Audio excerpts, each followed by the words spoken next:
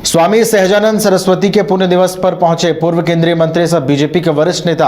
Doctor Sanjay Paswan ने बड़ा बयान देते हुए कहा कि नीतीश कुमार नहीं होते तो बीजेपी बिहार में शून्य पर आउट हो जाती। इस बयान पर अब सियासत भी देखने को मिल रही है और विपक्षी दलों के नेता भी तंज कस रहे हैं और चुटकी ले रहे हैं। अरुण जी ने हिम्मत किया, एक लड़ाई लड़ा उन्होंने जहानाबाद की धरती पर। मुझे लगता है कि कुल मिलाकर के इन कार्यक्रम सब के साथ साथ भी एक राजनीतिक मंथन भी कम ही लोगों का हो। पहले 100 लोग करें, 500 लोग करें, 5000 लोग करें। मुझे लगता है कि एक राजनीतिक तौर से बिल्कुल इस बात की आवश्यकता है। और मुझे तो कहा दिन कोई गुरेज नहीं कर, इस बार अगर हम लोग के साथ अगर नीतीश नहीं होते तो बीजेपी 0 पे आउट हो जाता है। ये करने में भी लगता है, लेकिन मुझे लगता है कि जिस तरह से जो ताकत का ध्रुवीकरण निश्चित तौर से इन दिनों जो हुआ है इस राज्य में एक ताकत तो गया है साथ में देश के, एक ताकत का समूह बन गया नीतीश कुमार, इसमें कोई शक नहीं है। इसलिए मैंने कहा कि जातियों का जुटान हो रहा है और एक बहुत गुप्त रूप से ताकत बढ़ रही है जो प्रशांत किशोर का ताकत है। प्रशांत किशोर जी का जिस तरह से ताकत बढ़ रहा है मित्रों, आपको अंदाजा नहीं होगा। हम लोग से जो महीने 2 महीने बाद कोई दोस्त मिलने आ रहा है तो कहता है कि हम आज क्या कर रहे हो, बाकी में क्या जिम्मेदारी तुमको। इस खबर पर और अधिक जानकारी के साथ हमारे बिहार संपादक एसके राजीव फोन लाइन पर जुड़े हुए हैं। एसके राजीव, बीजेपी नेता संजय पासवान के एक बयान की आज खूब चर्चा हो रही है। उन्होंने कहा था कि अगर नीतीश कुमार का साथ नहीं होता तो बीजेपी शून्य पर आउट हो जाती बिहार में, और उनके बयान पर देखिए समर्थन भी किया है बिहार सरकार में मंत्री जमा खान और राजद नेता भाई वीरेंद्र ने उनके बयान का समर्थन किया है और कहा है कि वो सही कह रहे हैं, अगर नीतीश का साथ नहीं होता तो बीजेपी का हाल कुछ और होता लोकसभा चुनाव में। नहीं, देखिए नवीन, दरअसल में कल स्वामी सहजानंद सरस्वती की पुण्यतिथि जो है वो मनाई जा रही थी और उस पुण्यतिथि के मौके पे पूर्व केंद्रीय मंत्री और बीजेपी के नेता हैं संजय पासवान, एमएलसी भी रह चुके हैं, उनकी तरफ से विधिवत सार्वजनिक मंच से यह बयान दिया गया और यह कहा कि लोकसभा चुनाव में जो आज सफलता मिली है बीजेपी को, 17 में से 12 सीट बीजेपी जीती है, इस जीत के पीछे की जो सबसे बड़ी वजह है वो कहीं ना कहीं से नीतीश कुमार है। क्योंकि बिहार में नीतीश कुमार को लोग सुशासन बाबू के रूप में जानते हैं और पिछले 18 साल से नीतीश कुमार की जो छवि बिहार में रही है वो एक सुशासन की सरकार की छवि रही है और यही वजह है कि इस चुनाव में जो है वो नीतीश कुमार के नाम पर बिहार में जो है वह वोट मिला है और नीतीश कुमार के ही नाम पर जो है वो चुनाव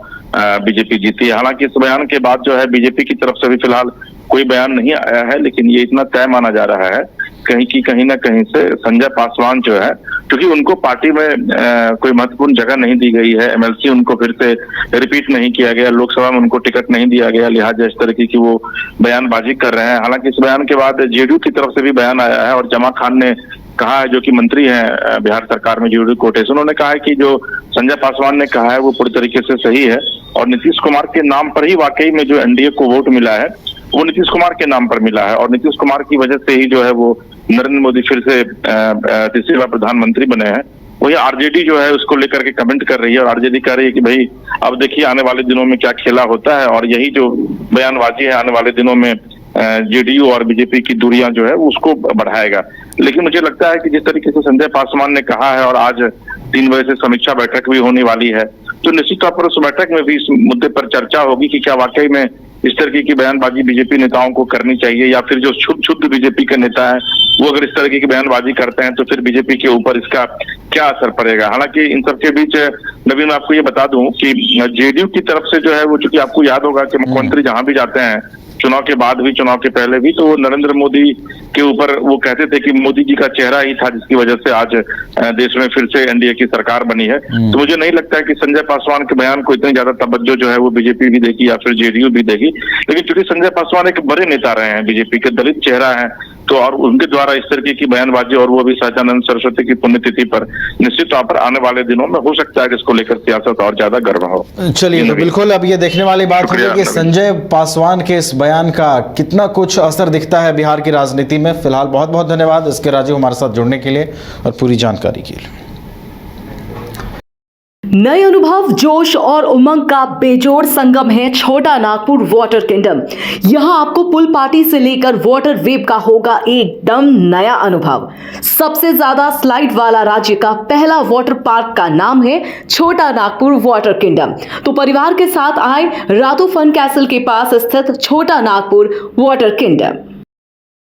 एमिटी यूनिवर्सिटी का पटना और रांची कैंपस पिछले कई सालों से लगातार शिक्षा के क्षेत्र में अनमैच्ड एक्सीलेंस प्रदान कर रही है। यूनिवर्सिटी रिसर्च और इनोवेशन और के कल्चर को बढ़ावा देती है और यही कारण है कि यहाँ के शिक्षकों और छात्रों ने मिलकर अब तक 1000 से ज्यादा रिसर्च पेपर और 100 से ज्यादा पेटेंट फाइल किए हैं। 26 से अधिक पेटेंट पब्लिश्ड हुए हैं और 3 पेटेंट ग्रांट भी हो चुके हैं। और यही नहीं, यहाँ के फैकल्टीज और स्टूडेंट 100 से अधिक किताबें पब्लिश भी कर चुके हैं। यूनिवर्सिटी के दोनों ही कैंपस में स्टूडेंट्स को कॉर्पोरेट प्लेसमेंट प्रोसेस को क्रैक करने के लिए ट्रेनिंग दी जाती है और इसलिए एमिटी यूनिवर्सिटी अपनी स्थापना से ही देश विदेश के कई जानी मानी मल्टीनेशनल कंपनीज जैसे अमेजॉन, एक्सेंचर, जेपी मॉर्गन और GPT, TCS, Wipro, ITC, federal bank, Hindustan Unilever जैसे 180 रेप्यूटेड कंपनीज के लिए रिक्रूटमेंट की प्रेफर्ड चॉइस बन गया है। यही वजह है कि आयुष कुमार को जेपीटी कंपनी लिमिटेड में 24 लाख, जान निशार अख्तर को अमेजॉन से 30 लाख और देव नरूला को ह्यूमन होल्डिंग कंपनी लिमिटेड से 44,50,000 का पैकेज मिला है। वहीं सुमन गुप्ता को पालो ऑल्टो में मिले 47 लाख के हाईएस्ट पैकेजेस से यूनिवर्सिटी ने बिहार और झारखंड में एक नया रिकॉर्ड कायम किया है।